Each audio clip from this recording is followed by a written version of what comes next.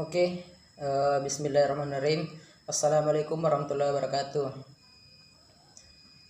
My name is SUHARDI from PBI.B class, Faculty TARBIYAH and Teacher Training, and I made this video for complete one of my excitement in Discourse Analysis course. Okay, let's move to the first point is the scope of discourse analysis.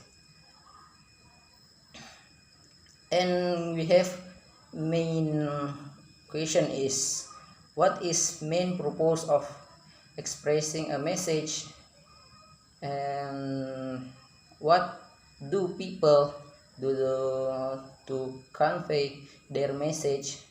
Okay,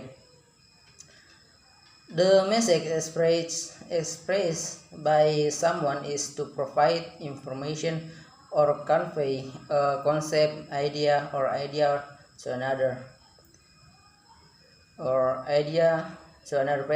person. Information is delivered in the form of written interaction or oral interactions. Both of these things are covered in discourse analysis, with oral interaction being the primary means and written interaction being secondary. Oral discourse: words transmitted orally through oral media in order to receive, understand, or enjoy, and then the recipient must listen.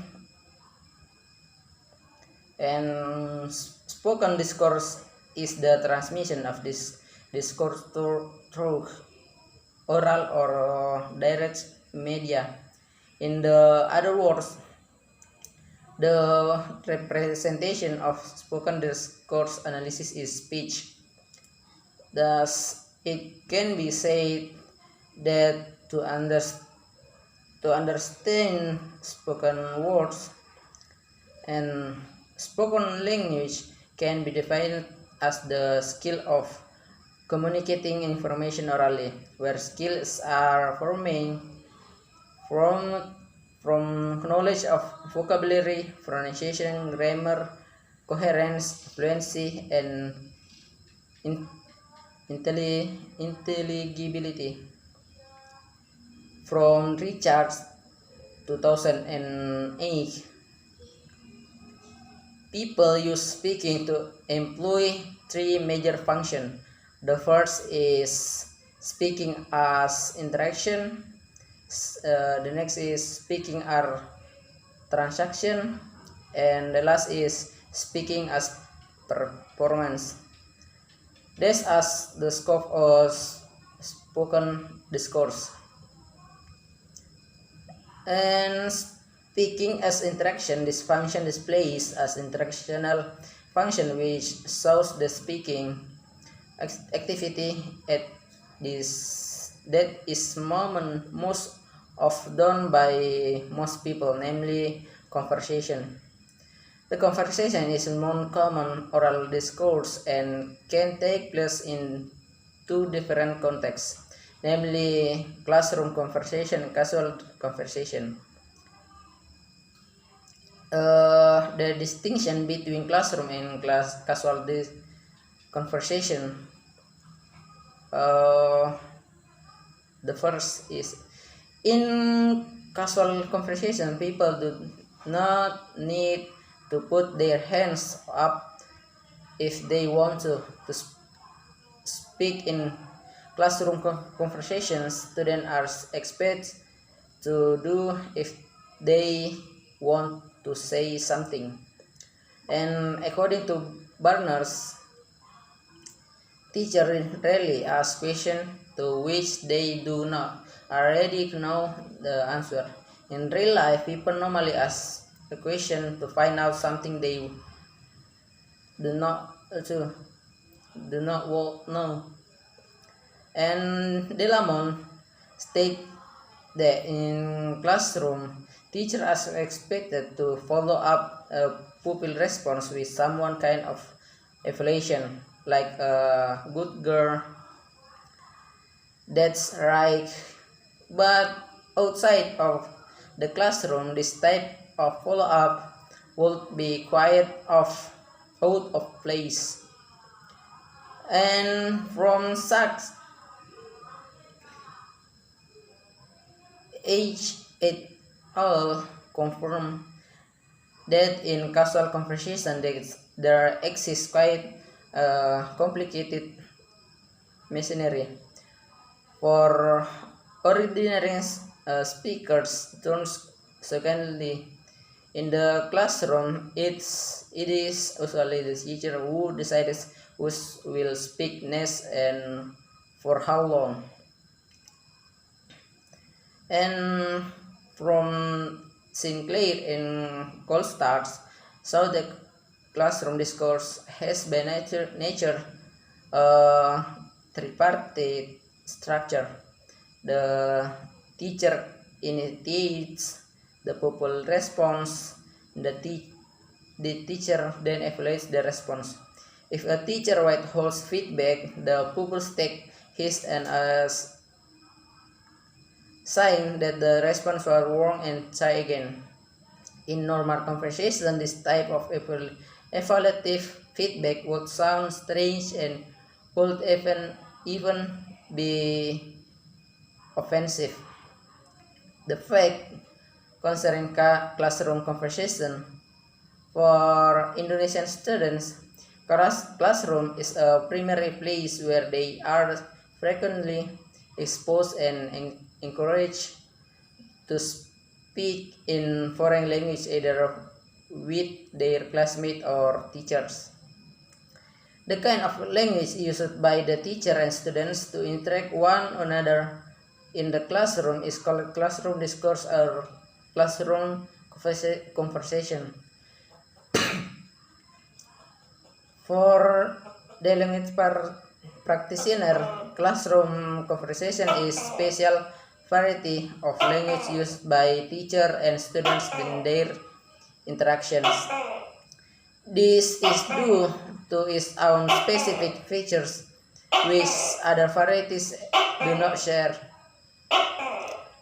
And reason for the discourse analysis of classroom conversation.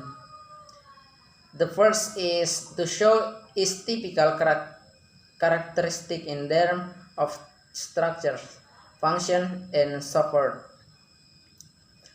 which have made it different from casual conversation. The next point is the encourage the student to know and to use the characteristic when they are in the classroom settings and want to involve in conversation therein. The last is to see what goes in the classroom and to evaluate the end of product of our teaching and our students.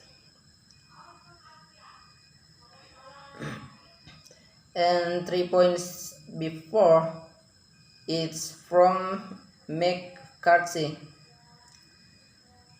So the next material is what to do in carrying out a discourse analysis for CLC.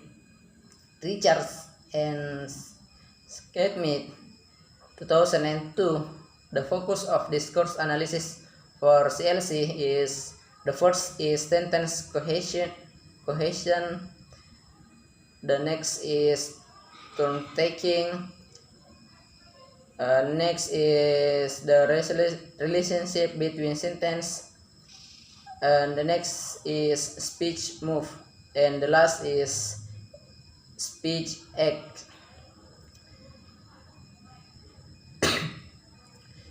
In casual conversation is commonly used a lot around those we communicate with in our social interaction.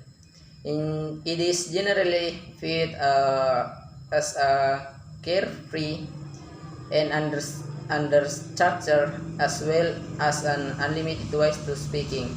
The nature of casual conversation has theoretically been well explained by Richard. He claims that the main skill involved in casual conversation can be illustrated that the participant know how to do in following function. The first is opening and closing conversation. The secondly is choosing topic. The third is making small talk. The fourth is joking. The five is recounting personal incidents and experience. 6 is employing turn taking, and the last is using agency pairs. The advantage of discourse analysis for English teaching for English language teaching that language teachers could obtain for the analysis result of the casual conversation as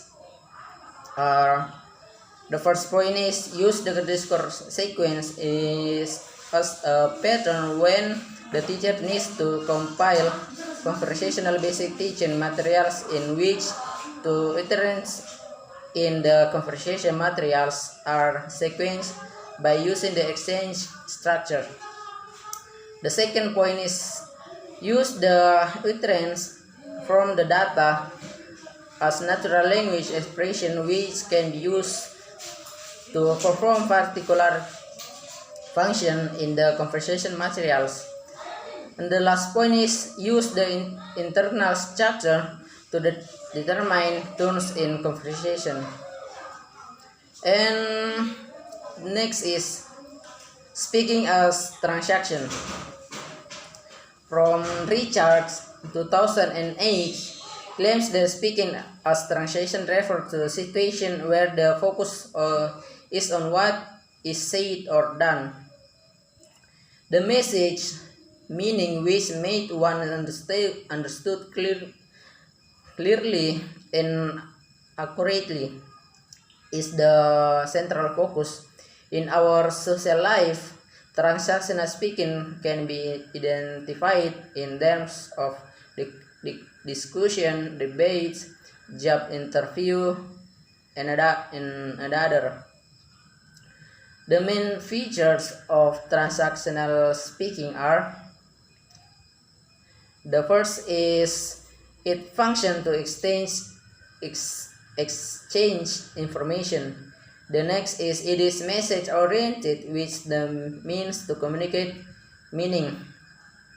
The next, participants use strategies and understand each other. The next is it needs more question, reception, checks for comprehension. And the next is ideas, negotiation normally occurs. And the last is language accuracy is not always important.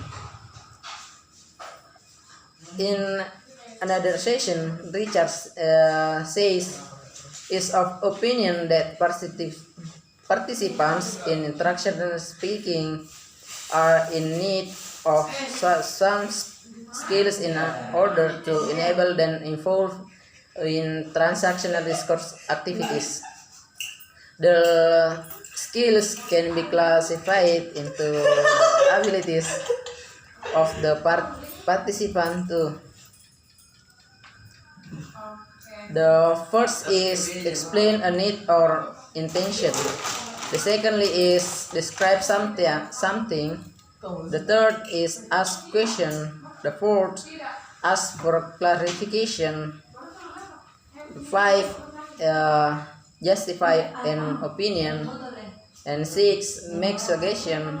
And 7, clarify understanding. 8, make comparisons. And the last is agree and disagree. Speaking as performance.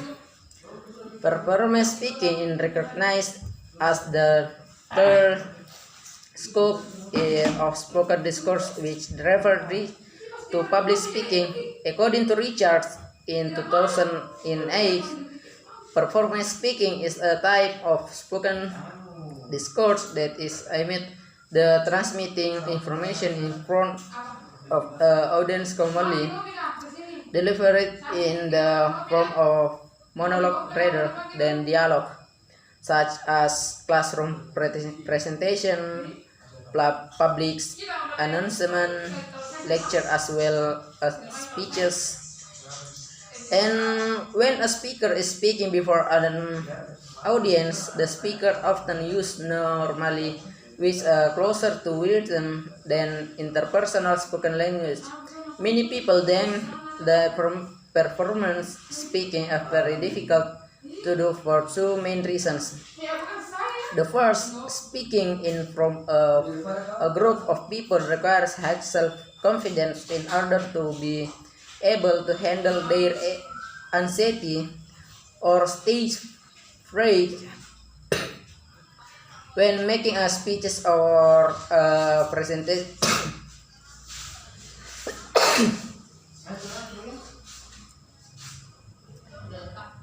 Stage fright when making a speech or a presentation to the audience. While not all people have high confidence, they have to practice speaking in public over and over to grow the high confidence. The second, public speakers are required to make effective speeches when speaking in public deals with the discussion of how to make an effective public speaking. Burhanuddin and Kaharuddin in 2015 claimed that being active when speaking in public means that the public speakers need to make effort to make their speeches before their audience easy to understand and to remember that the audience gets influenced by speeches.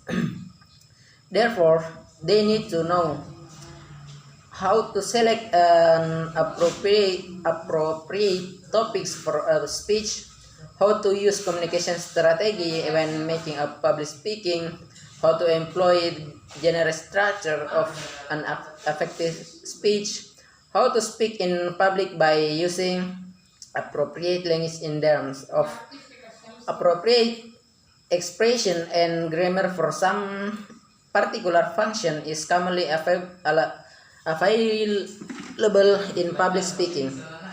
Richards in 2008 proposed some main skills of speaking that public speakers need to be able to involve the using speaking as performance effectively.